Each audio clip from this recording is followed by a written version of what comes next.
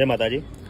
તો ગઈકાલે પાટણમાં જે ડીજેવાળા સાઉન્ડવાળા ભાઈઓની મીટિંગ હતી, તો એના લગતો વિડીયો બનાવું છું। વિડીયો બનાવવાનો હેતુ ફક્ત એટલો જ છે કે જે કાલે મીટિંગની અંદર કોઈક બે થી ત્રણ જણા જે બીજી સમાજના હતા અને ઠાકોર સમાજ વિશે જે ટિપ્પણીઓ કરતા હતા કે ઠાકોર સમાજ આમ તે બીજું ત્રીજું, બરાબર, કે કોંગ્રેસનો વોટ નહીં આપવાનો, ગેનીબેન આમ તેમ।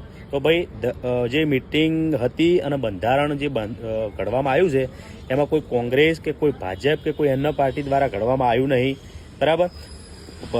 ભાજપ અને કોંગ્રેસના તમામ નેતાઓ મળી અને બંધારણ બાંધવામાં આવ્યું છે।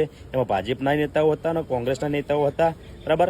સમાજને કોઈ પાર્ટીથી કોઈ લેવા દેવા નથી। તો જે કાલે મિટિંગમાં એક ભાઈ હતો એ જે ઠાકોર સમાજને લગતી કમેન્ટો કરતો હતો એ તદ્દન ખોટી છે, બરાબર। અને જે કાલે મિટિંગમાં એવું પણ કહેતા હતા કે ભાજપને મત નહીં આપવાનો ને લોકોના ચૂંટણી પ્રચારમાં આપણે નહીં જવાનું। ભાઈ નહીં આવો તો કોઈને કંઈ ફરક પડતો નથી। વાત સમાજની છે, જે સમાજે બંધારણ કર્યું છે એ તોડવામાં કોઈ હિસાબે તોડવામાં આવશે નહીં, બરાબર। એ કાલે કાકા એવું કહેતા હતા કે હું મારી જમીન અડોણી મિલી અને 12 લાખ રૂપિયાનું ડીજે લાવ્યો છું, બરાબર। તો કોઈ સમાજના પોષિત તો કાકા તમે 12 લાખનું ડીજે લાયા નહોતા, તો તમે અત્યારે સમાજ ઉપર નાખી રહ્યા છો કે હું દારૂ કાઢીશ ના કરું। એ તમારો પ્રશ્ન હશે, તમારે જે કરવું એ કરો। સમાજનું બંધારણ જે બનાવ્યું છે એ સમાજ કોઈ હિસાબે તોડશે નહીં, બરાબર।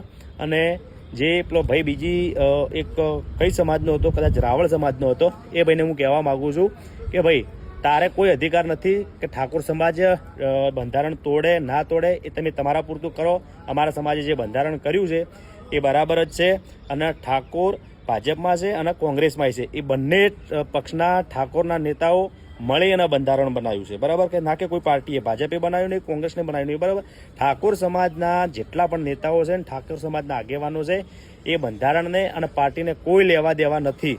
જે વખત બંધારણ બન્યું તો બધા આગેવાનો ઠાકોર સમાજના તમામ આગેવાનો સ્ટેજ ઉપર જ હતા અને ગેનીબેન જે સાંસદ છે ત્યાંના એમના દ્વારા આ અમલ મૂકવામાં આવ્યો હતો અને એમની દ્વારા જે સ્પીચ હતી જે બંધારણ બાંધ્યું એનું જે પણ લખાણ હતું સ્ક્રિપ્ટ એ ગેનીબેને વાંચી સંભળાઈ હતી। તો એનો મતલબ એવો નહીં કે તમે ગેનીબેનને ટાર્ગેટ કરો, બરાબર। તો દરેક ઠાકોર સમાજને હું યુવાનોને કહેવા માગું છું કે જે તે ગામમાં બંધારણ લાગુ કર્યું છે એ તમે કોઈ પણ હિસાબે તોડતા નહીં। અને આ વિડીયો મારો વધુમાં વધુ શેર કરો। જય માતાજી।